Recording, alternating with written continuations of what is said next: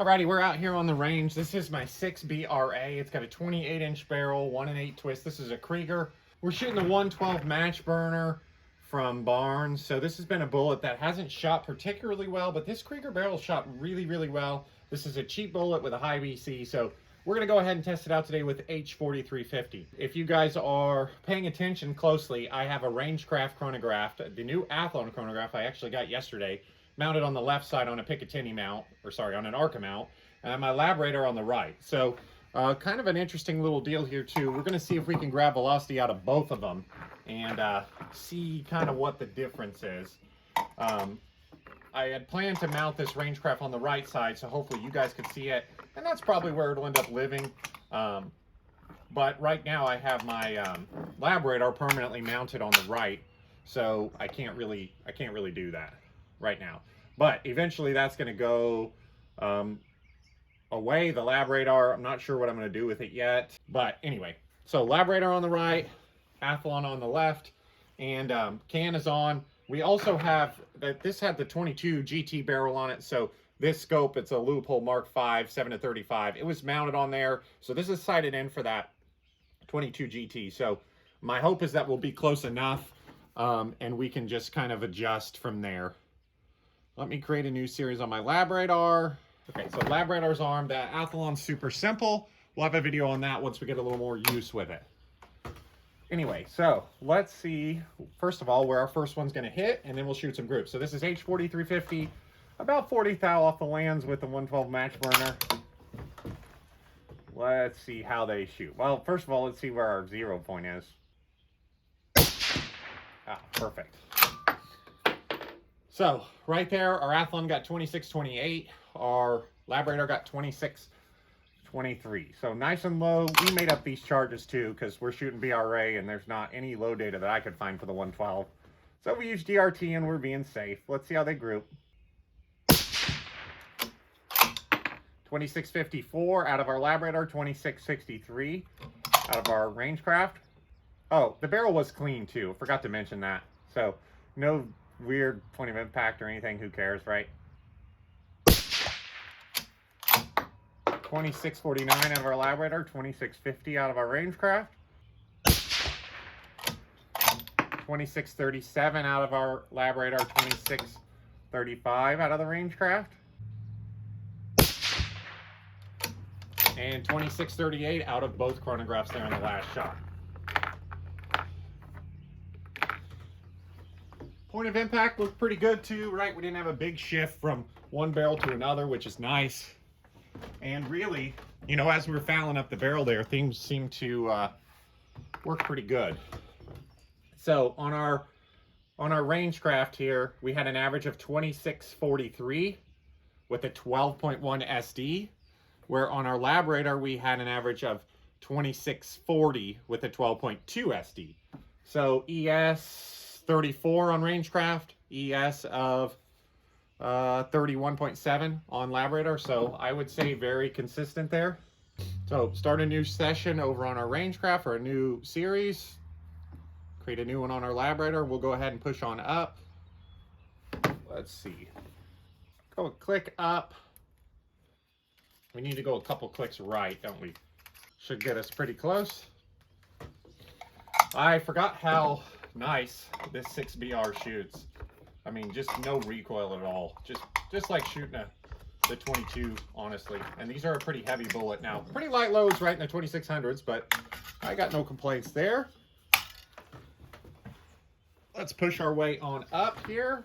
See if they tighten up a little bit. But again, that's not a bad group there for this bullet. 26-73 on Labradar, 26-72 on Rangecraft. 26-84 on Labradar, 26-87 on Rangecraft. Oh, we had 27-10 there on Rangecraft and 26-94 on Labradar. 26-94 on Rangecraft, 26-82 on Labradar. And then our last one there, we had 2677 on Labradar, 2679 on Rangecraft. So they're not too far off, right? I mean, each of them's probably using some kind of different algorithm, right? I know the Labradar measures out in front a little bit. I don't really know specifically the Rangecraft. That one we had, let's see, an average on Rangecraft of 2689 versus an average on Labradar of 2682. We had an SD of 13 on the Rangecraft and an SD of 7.7 on Labradar, and then our ES was 38 on Rangecraft and ES was 20. So Labrador's telling us our numbers are better. I mean, either way though, they're not, you know, too different. One of them is also mounted a little bit ahead because in order to get my Labradar to capture suppress rounds, it has to be ahead of the muzzle, where the Rangecraft is slightly behind, right? So it's probably 2 foot behind the muzzle. So that could be, you know, something that is playing a role here. But again, I have no problem with the numbers this Rangecraft is giving me. You know, I trust the technology for the convenience factor of this one being mounted and I can mobile, and the Labrador is just a pain in the butt. It was great, right, for what it was, but now technology's kind of surpassed it with size and things like that. But anyway, all right, last group here, our top load. Let's see. I like the Athlon too. You could connect it to the app, but realistically for me, having an app is really just a pain. Like, I don't want to use an app, right? I use too much technology already recording these videos. So the fact that I can use the buttons on the screen, they're within my reach, I can see things like that, for me is just going to be huge. Now, this isn't a comparison to the Garmin, right? I don't have the Garmin. I didn't jump on the Garmin bandwagon, not because I didn't want it, but I thought it was kind of a little expensive. I already have a Labradar that works. Now, does it work ideally? No, but it works. This Rangecraft I picked up from Camerland for like 320 bucks. So that was enough for me to jump into it. And I think so far it's well worth upgrading to the Garmin probably, or this Rangecraft. All right, so let's see our last group here. See how they shoot. So far I'm impressed with this. Well, it shot well. Okay, 2727 on Rangecraft, 2720 on Labradar. 2724 on Labradar, 2729 on Rangecraft. Oh, our groups are kind of falling apart. 2711 on Labradar, 2716 on Rangecraft.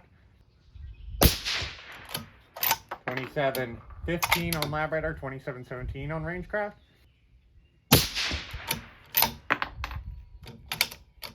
Oh, guess that was all of them, wasn't it? I was thinking I had one more.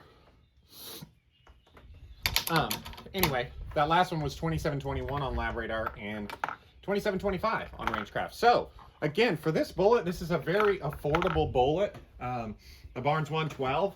It's borderline as far as stable on my 8 twist. According to the box of Barnes, it says that it is stable, but if you run some of the calculations yourself, it's kind of marginal. Anyway. But I'm happy with that. I was trying to see if this barrel, because this barrel's just shot everything amazing, would probably look like some promise with this bullet. You know, I've been shooting a lot of the real expensive bullets, the A-tips, things like that.